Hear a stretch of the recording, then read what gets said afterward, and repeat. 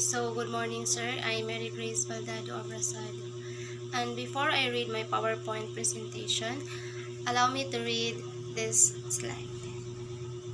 At the end of this presentation, the student will able to learning objectives, to be able to know the different jobs career in metalworking, to know the process of shaping and reshaping metals, to identify how metals and alloy are developed for specific.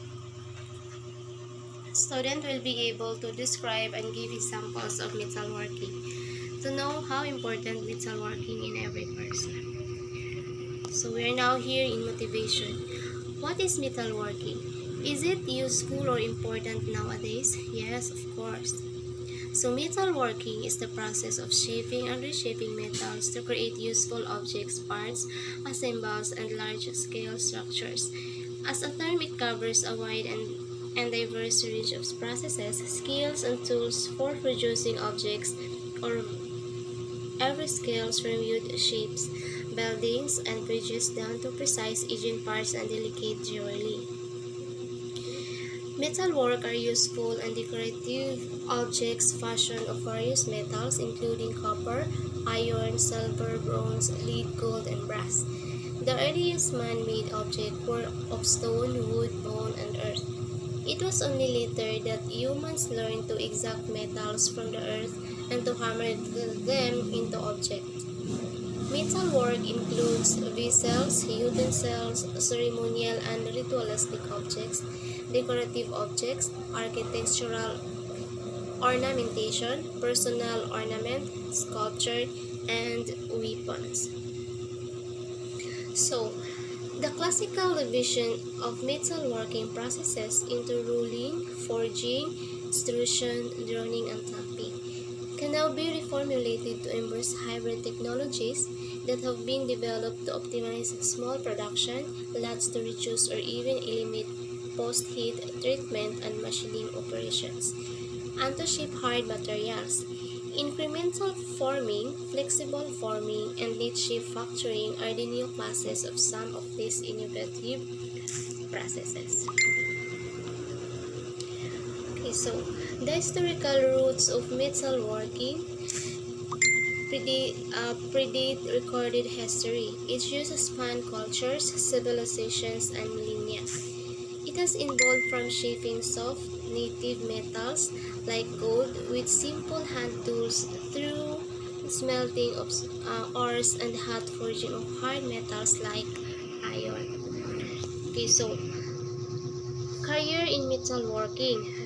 Here are some examples of career in metalworking. So number one, as you can see in the picture.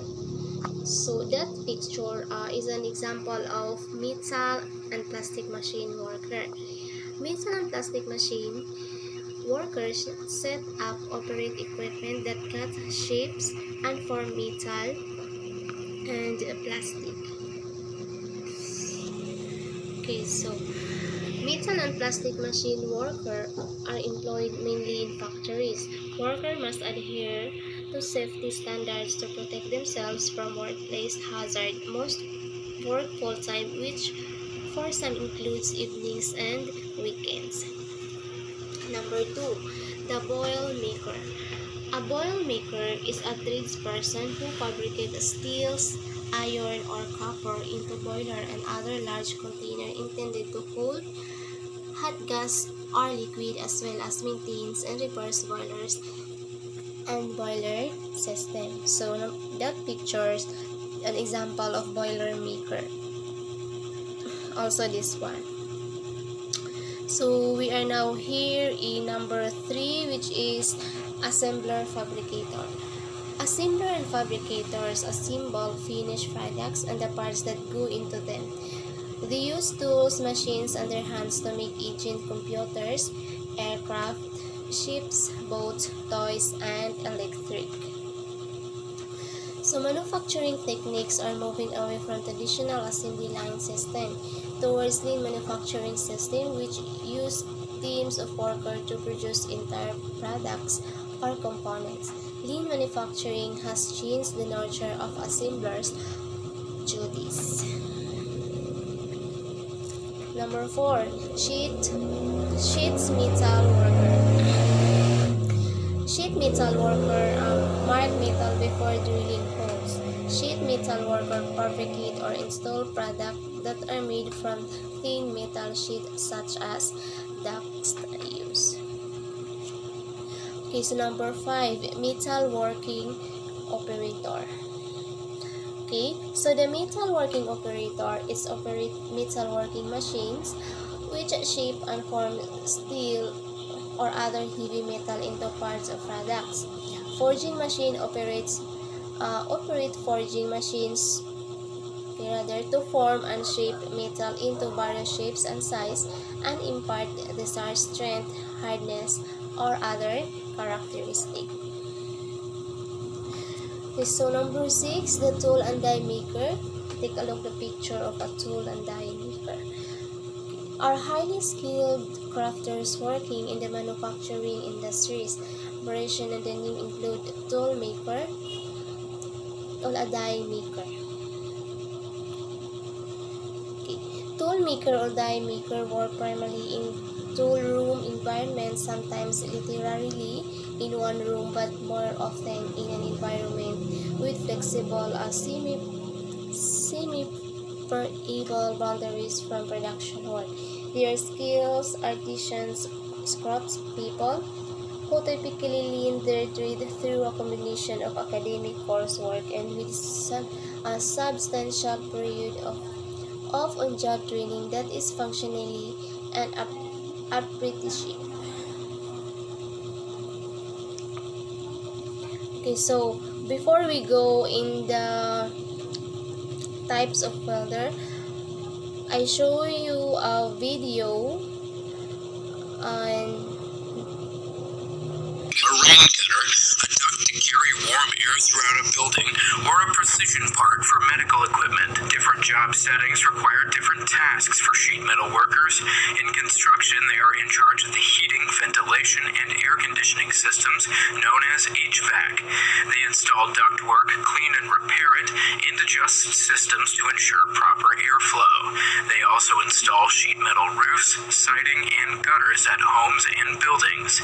These sheet metal workers choose the correct materials, measure, cut, and drill before installing finished pieces. They are skilled at welding seams, bolting parts into tight corners, and riveting pieces high up. Taking precautions against cuts, burns, and falls is essential. In manufacturing, fabrication, or precision, sheet metal workers operate machinery that does the measuring, cutting, and fabrication to make precision sheet metal parts used in industries from power generation to medical device manufacturing. They may program the computers that control the equipment.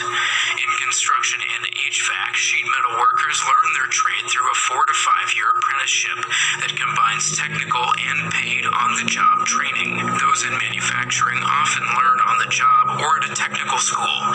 Most sheet metal workers have a high school diploma or equivalent.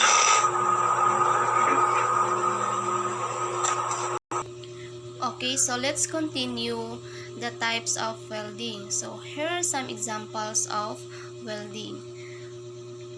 So 4 main types of welding. First is the TIG, which means the gas tungsten arc welding, or also known as GTAW. MIG, gas shielded metal arc welding, also known as GMAW. And stick is a shielded metal arc welding, or also known as SMAW, and flax cord arc welding, or also known as IFCAW.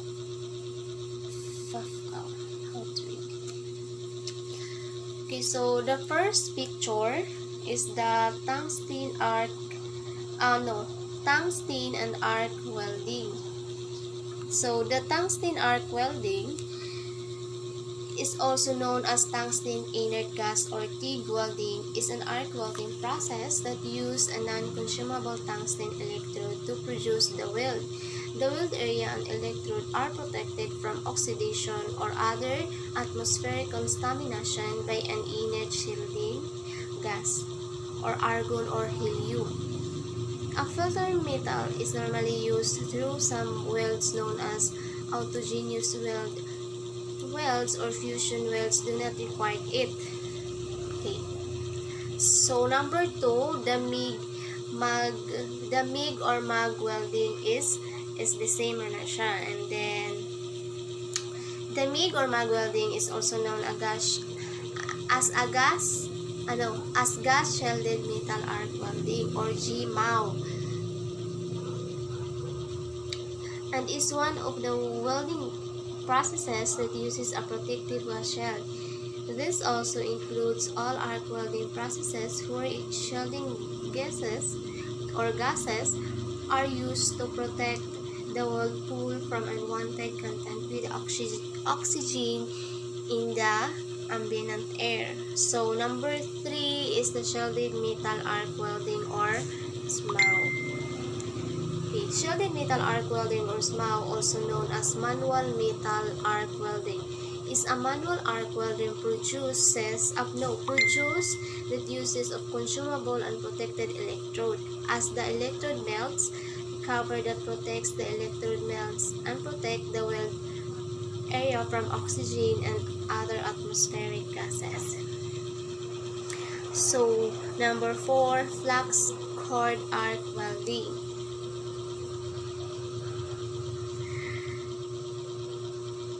Arc welding is a semi-automatic or automatic arc welding process. So, flux or FCOW requires a continuously feed consumable tubular electrode containing a flux and constant voltage, or less commonly a constant current welding power supply. So the last example of welding is the hyperbaric welding. But hyperbaric welding, it's not that type. It's not. Okay. Hyperbaric welding is the process of welding at elevated pressures, normally underwater. Hyperbaric welding can either take place wet the water itself or dry inside a specially constructed positive pressure enclosure and hence a dry environment. So before I end, I will show a sample video of welding. Which makes the bonded items even stronger than it was before the welding. Following a guide or blueprint, welders use their knowledge and skills to weld metal to reinforce a structure. For example, this could be something as common as a children's metal swing set at the park or as used as a military ship. Welding is a hands-on job that requires practice and attention to detail. It involves using very high heat and sometimes challenging work locations, such as narrow spaces like under cars or in ship passages, or high up on a building scaffolding. Because of these factors, a career in welding is not without a bit of danger. It is very important that only those with the training and knowledge of welding and the required safety rules fill these roles.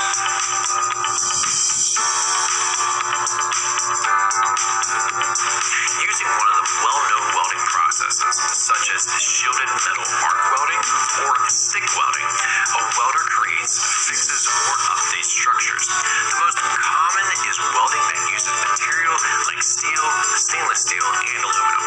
If you think about a swing set and the area where the metal leg meets the metal bar that holds the swings, that was done by a welder. Welders also maintain their equipment and protective gear so that it remains in top condition for safety and performance.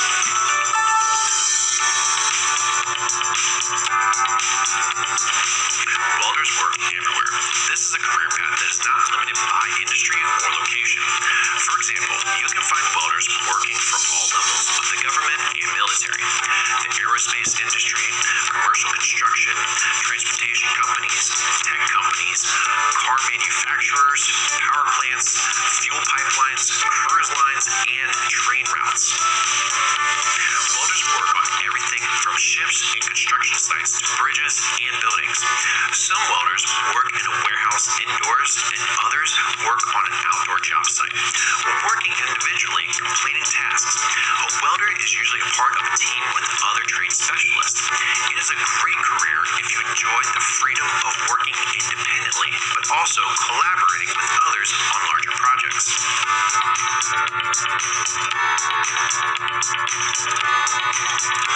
Because it can be a dangerous occupation, being a welder is not just learning how to weld materials together.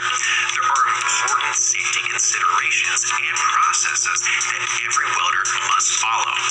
Enrolling in a certificate program is one of the fastest ways to learn the most popular methods of welding, the safety protocols, prepare for certification, and practice the trade hands-on.